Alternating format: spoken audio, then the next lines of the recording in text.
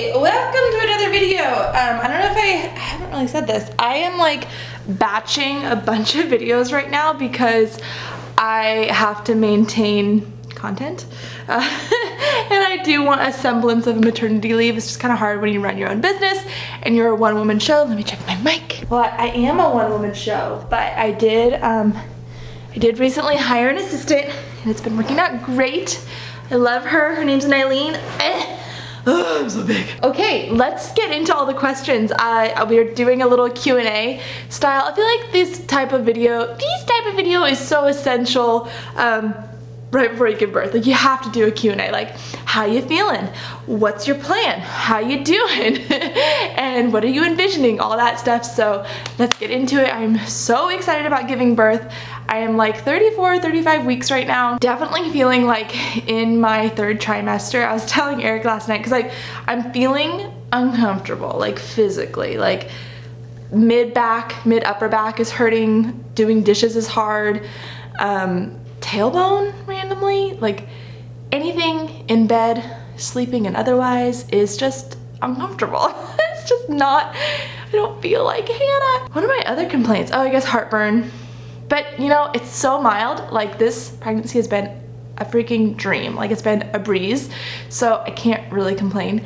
But I was telling Eric, I was like, what's worse? Morning sickness in the first trimester or the very end of the last trimester where you're just like so huge and uncomfortable? Tell me what you guys think when, like, with your own pregnancy experiences, but with my experience, morning sickness is so much worse. Just feeling nauseous is no fun. Is this too bright? I need to get water. I'm drinking so much water. Will you be making a birth video again? Yes, that is the plan. And then another question was, will your sister be there at the birth again? And the answer is no. For a few reasons, mostly logistics. Like, it's hard to like plan for like when's baby gonna come, you know? And she'd have to like come for such a long time. And she has so many children. Yeah, she has a lot of responsibility. She's so busy. It's just like hard for her to like fly all the way out here. By the way, I'm wearing my Indigo Luna pants still.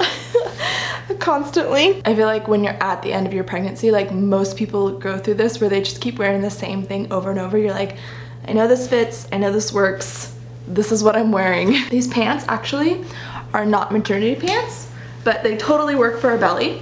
And I'm excited to wear them after I have a belly. I hope I didn't stretch it out too much. So do you have a guess whether it's a boy or a girl? So we did find out the gender with Cosmo, but with this baby, we decided to wait. And I'm so excited. It's so much fun to wait. It's so much fun to wait to find the gender out because it really feels like a big gift and a big miracle. Like, who is in here? If we did know the gender, it would still be like, who is in here? But keeping the gender secret is just like that much more to find out at birth. So to answer your question, no, I have absolutely no intuition about whether there's like a feminine energy in here or a masculine energy. No, I don't know. However, there's like some deduction involved based on old wives' tales and just the fact that this whole pregnancy has been so different than the last pregnancy. It's like, maybe it's a girl because I had a boy last time. Like all the old wives' tales about gender. The ones like, if you're clumsy, it's a boy. If you're graceful, it's a girl. If you feel like you can't like recognize your face, they say like girls steal your beauty. And yeah, I've definitely felt like less beautiful in this pregnancy, but it's also winter. I typically feel less pretty in winter anyway. So it's like, maybe it's just that. We would be so happy if it was a boy because Cosmo would get a brother that's like close in age. And we would be so happy if it was a girl because I get to be a girl mom and I really want to be a girl mom. So honestly, like truly, either one would be so exciting. Sleep training methods you prefer? We do not sleep train until the baby's like over one. We will see how sleep goes with this next baby. Sleep was really hard that first year with Cosmo. I was so sleep deprived. Literally for 14 months, I was woken up essentially every 2 hours. For 14 months. I was really tired. Sorry if this is annoying. It's so dry here that my throat gets really dry. And so I'm sucking on a cough drop just because I have to talk right now. Yeah, we don't sleep train. Yeah, we co-sleep and nurse on demand all night. I've talked about this before, but you know, there's a really great baby sleep account called Hey Sleepy Baby. If you're someone who in your heart you're like, I don't want to sleep train my baby, check out this account. It's really practical, really down to earth and relatable and helpful. What are you more nervous about in terms of becoming a mom of 2? 0 to 1 was hard. 0 to 1 was like, woo, a total change of lifestyle, a change of like being able to, I don't know, like have my freedoms and be able to pump out as much content as I wanted and work as much as I wanted. And now I work 12 hours a week because that is what I scheduled my babysitter for, because I can't work when Cosmo is with me. There's no way. It might sound kind of funny, but I'm kind of nervous about work, like just balancing this. And if you're like, what do you do for work? This is what I do for work. It's actually very time consuming. I know you might think like, oh, you just film a video and throw it online. There's like so much more to it. And yeah, I have like brand obligations and I sell my courses and there's a lot to it, and it's wonderful. I love it. I feel so lucky that I get to make an income while being a stay-at-home mom. I just like have a babysitter help me for 12 hours a week. So I'm kind of curious about like how am I gonna maintain my business. How is this pregnancy different from the first one? I've shared many times, like my last pregnancy, super healthy, never even saw a doctor, never was on bed rest or anything. I was just so uncomfortable. Like I got so in this victim mindset, like I got deep in there. It was so hard to pull myself out, where I just did not enjoy being pregnant. I had like every symptom on the list and I was miserable. This pregnancy has been like a freaking breeze compared to last pregnancy. Like I still feel pregnant and I'm still like excited not to be pregnant,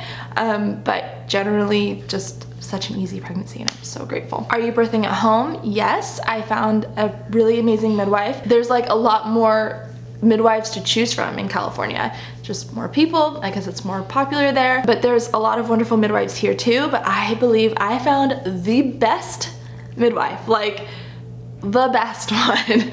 She's awesome and she's so old school. She doesn't use like Instagram, she doesn't have a website, like she doesn't market herself, she's just like word of mouth, been in the game forever, and yeah, she's amazing. So I'm really, really excited about her. She just has this like really gentle spirit and I know she's gonna be the perfect person for this birth. Are you planning on breastfeeding both kids? How are you preparing Cosmo for baby? So Cosmo weaned really easily about the end of my first trimester, beginning of my second. My milk dried up, so like breastfeeding is different in pregnancy, I guess, and everyone's experience is different. Like some people can nurse all throughout pregnancy, but like no milk was coming out. So like he was like, like I don't want it, like nothing's coming out.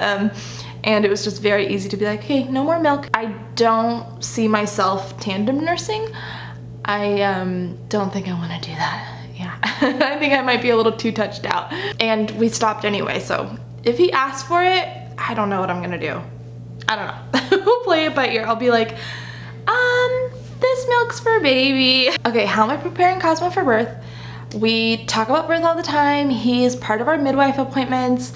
We got this book called Welcome Home, and it's all about like home birthing. It's supposed to like prepare your other children for a home birth experience. Yeah, I'm still sort of like trying to figure out the plan. I have like 3 different options and 3 different people of like, we'll take Cosmo for you while you labor. I'm not really worried. I feel like it'll be okay. He's a really, really mellow kid. Like he's still a 2-year-old and he still totally has tantrums and cries for no reason type of thing. And you're like, what's going on? You still have to take care of him. But he's easy. He's like an easy kid. He's also extremely empathetic. Like if I'm ever crying, he goes, mommy, and he comes up and like gives me a hug and he's like, or if someone else is crying, he's like, Wiley's crying, Wiley's sad. And like he's very aware of other people's emotions. So I feel like he might be concerned about me, just like, because labor is like a very intense, birth is so intense, like he might be like, what's wrong with mom? So like I'm trying to prepare him like, mommy's okay, mommy's gonna be fine. Yeah, it's definitely a new experience, like having your own child there, but I really want him there to see baby born, just like probably not during the whole labor experience, depending on like how long it is. Okay, I got a couple questions about like how I decided that we wanted a second baby. I just never saw us with one. Eric and I both thought like one was not enough. And also we have siblings that we love very much. Like we're very close to their siblings. So we would love to give that to him. It's such a special relationship, having brothers and sisters. I always wanted a brother. I never had a brother, but I have a very close, like a sister who's my best friend. So I would love to give that to him and to my future children. 2 even doesn't feel like enough. I don't know, I don't think we're done at 2. I mean, we'll see, we'll take it one at a time. But 3 just feels like a good number for us. I posted recently on my Instagram, like a feed post saying, you know, I wish I started earlier. And I feel like I've been pretty open about that. I talk about this all the time with my other friends, like where we all sort of wish we started earlier. No regrets. Like I had an amazing time in my 20s. I worked a lot, I traveled a lot, had a lot of amazing experiences, and it was really good for Eric and I to have like so much time, just us. The thing about starting earlier, for a few reasons, it's easier to have more, because like I love the idea of a little brood, you know, like 4 or 5 kids. Like it just sounds so fun, like, and what your future Thanksgivings are gonna be like when they bring their boyfriends and girlfriends back to your house. And I don't know, it just sounds so fun having a big family. I love people, like I love being surrounded by people I love. You're really creating like a future when you decide like how big your family's gonna be. And then the other thing, like it is easier when you're younger. Like thankfully I'm healthy and I'm vibrant and full of energy, but like, you know, there's still sleep deprivation, and sleep deprivation is so much easier to handle when you're younger than when you are older. And like biologically, we are designed to like start having babies younger, even though like culturally and societally, like that's not what we do anymore. But there's a reason for that. Like it's just easier to handle the sleep deprivation, etc. All right, people asking about names. Are you deciding on a boy or a girl name now or waiting? Names are just so hard. Like we have a list. I have a girl name I love, but it's super weird, and Eric does not like it. But like, I got him to come around to Cosmo, so I still have my fingers crossed about this name. I'm like, don't take that name off the list. He's like, we're not naming our child this. We like weird names, but we like names that are actually names, they're just uncommon. And we like names that are really easy to pronounce. Like you see it and you know exactly how to pronounce it, or you hear it, you know how to spell it. But we like it to be unusual, so it's kind of hard, especially because like everyone likes it, or a lot of people like unusual names now. So now unusual names are no longer unusual. Thoughts on free birthing? I would never have a free birth intentionally.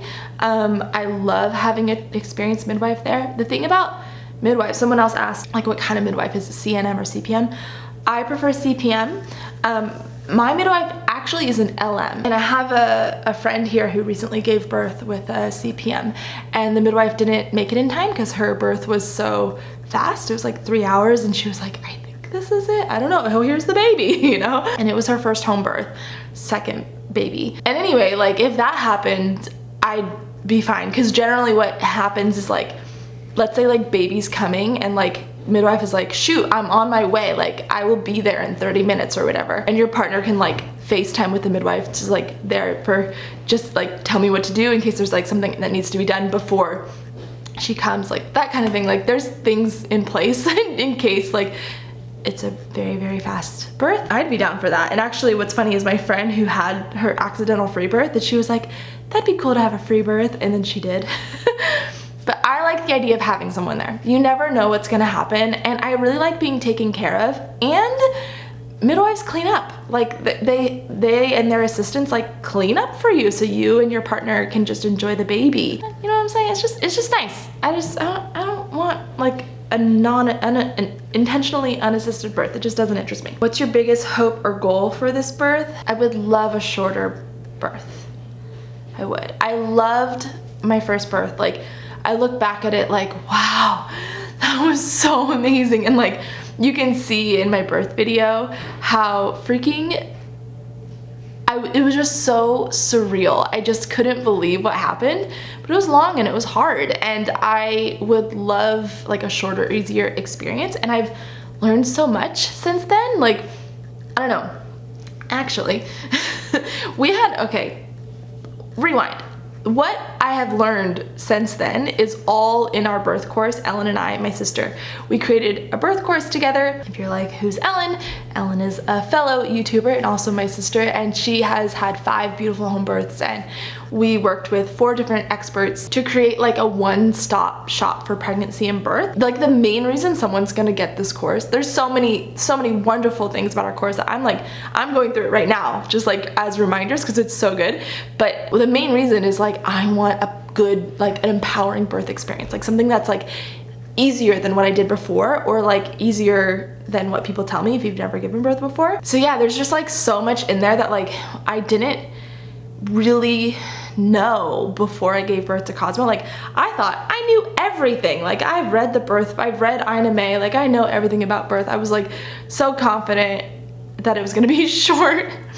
It wasn't. And I feel like there was just like, I look back and there's like so many little things I'm like, oh, I did that. I'm gonna do that differently this time. Now listen, I am a really big believer in the mind-body connection. So like it's hard to explain because it sounds unrelatable. Like it feels like some people are gonna be like, huh? Like what are you talking about? I believe this birth will be easier, primarily because I have such a different mindset about motherhood now. Before I became a mom for the first time, when I gave birth to Cosmo, I was so scared to become a mom. I wasn't scared of birth. I was super confident about birth actually. I was just scared to have my freedom stripped away from me. I was scared about the entire lifestyle change I was about to experience. I was scared for, you know, just everything. And then as soon as I had the baby, like he's in my arms and I'm going, oh, this is what they talk about. Like this is what they're referring to. This is the best thing ever. And I immediately loved being a mom, like immediately, even though we had a difficult postpartum in terms of like breastfeeding was really hard for the first 3-ish months. And I was like in tears just because like I wanted to breastfeed, and it just felt like I was like, anyway, that's another story altogether. Breastfeeding was hard, and if you know, you know. Typically first-time moms like struggle in the beginning, like it can be hard. And now I am so excited to become a mom again. Like I'm so excited to have another baby because I was never like a baby person. Yeah, I know. So because I have this like genuinely positive outlook, I think things will be different. I just think my body was like scared to birth Cosmo because like my subconscious was like, being a mom is gonna be so hard. And like, yeah, it is hard, okay? Like being a mom is hard, but it is also like the best thing ever. Also, we started to like really put the pieces together for our course like late summer. And Eric and I had talked about getting pregnant, like, because we thankfully have never had trouble getting pregnant. Like we were just like very careful for the 8 years that we were married and like did not get pregnant, and then careful again after Cosmo because we didn't want to get pregnant yet. So we had this plan, we're like, we'll wait till Cosmo's 2 and then we'll get pregnant. But the thing is, we were creating our course and like making all the videos, like getting everything together. I was editing the videos and putting it all together, and I was just so stinking inspired and excited that I was like, we have to do this. Like, let's just do it. Like, what are we waiting for? I like cannot wait to give birth again. I can't wait to do this again. Like, I'm excited to become a mom again, that we started earlier. And it was like literally a spur of the moment thing in Mammoth, and we got pregnant. And so I'm really, really grateful. I'm so excited. Oh, someone is asking about EC. I'm definitely gonna be sharing about EC because, okay, EC means elimination communication. In a nutshell, it's you can still put a diaper on your baby, but it's essentially addressing their potty needs more than just like conditioning them to go in a diaper, because infants actually have the instinct not to soil themselves, the people who are taking care of them, or their sleep space, which is like, but essentially, if you really think about it, like diapers have only been around for like 200 years. And so what did people do for millennia before diapers? They did something called elimination communication, although it definitely did not have that name. It was just like addressing your potty needs. Think about how like when you have a baby, you are responding to when they're hungry, you're responding to when they're sleepy. When you're doing elimination communication and not just like conditioning them to go in their diaper exclusively, You're essentially expanding out and including their potty needs with your communication. Does that make sense? Wow, that was a really succinct explanation. Everything I've learned about EC comes from Andrea Olson. It's Go Diaper Free on Instagram. I think that's her website too. She has so much free information. She has like an ebook that you can purchase. Everything you want to know about EC, talk to her, go to her materials. All that said, I am planning to do EC with the next baby, but I was like joking because now it's like I'm all talk because I was like telling everyone, people who do not have children, I was like, what do you think we did before diapers? They're like, I don't know, just let them poop everywhere. And I was like, no, let me explain it. And I was like obsessed. And now I have to do it. And I'm like a little nervous, not gonna lie. I'm all talk, man. So if you've done EC successfully, email me for encouragement. How do you think Cosmo will react to his new sibling? I think he's gonna do great. I think he's gonna be an awesome big brother. Like, he's just so sweet. He's just like the sweetest. The thing is, he's already had to accommodate for baby because I can't pick him up anymore. Like I do pick him up, but I can't like walk around holding him, you know? It's just, he's too heavy for me. He's a big boy and my abs, like I can't take it. And so he's already had to accommodate and it really bugs him. He's like, hold you, which means hold me. Hold you. And I'm like, I can't, Cosmo. And he asks me every day, I'm like, I can't. Daddy can hold you, but I cannot hold you. So I'm hoping that that will like ease him into it of like, okay, I already know, like, mommy can't just like drop everything for me all the time, you know? Mommy's there for me, but she's also has a baby in her belly. I don't know, he was really cute the other day. I was like talking about the baby and he goes to my belly like this, he goes, get out! He keeps asking like, can I hold the baby? Can I hold it? And I was like, not yet, baby's still cooking. He's like, get out. Okay, that's all for me. I could talk about this forever. I'm so excited. I'm actually going to get dinner with a friend tonight who's also pregnant. She's in her 2nd trimester. And yeah, she has a 2-year-old too. So like we're in the same stage of life. And we're going to the new vegan restaurant. There's so many new vegan restaurants in town. I'm so excited. I'm actually thinking about making a video going around to like all the Boise vegan eats. Does that sound fun? Sounds fun for me. Okay, that is all. I will see you in the next video. And yeah, I am definitely planning on making a birth video and I'm really excited to share it with you because I love being able to, you know, birth is an intimate experience. So it feels kind of weird. Why are you bringing a camera in that's gonna be shown to hundreds of thousands of people? The reason is it normalizes home birth. It normalizes birth. It normalizes physiological birth. It normalizes how beautiful birth can be and it doesn't have to be scary. And I think it empowers other women to go into their birth with confidence and just, yeah, the more positive birth stories there are, the better.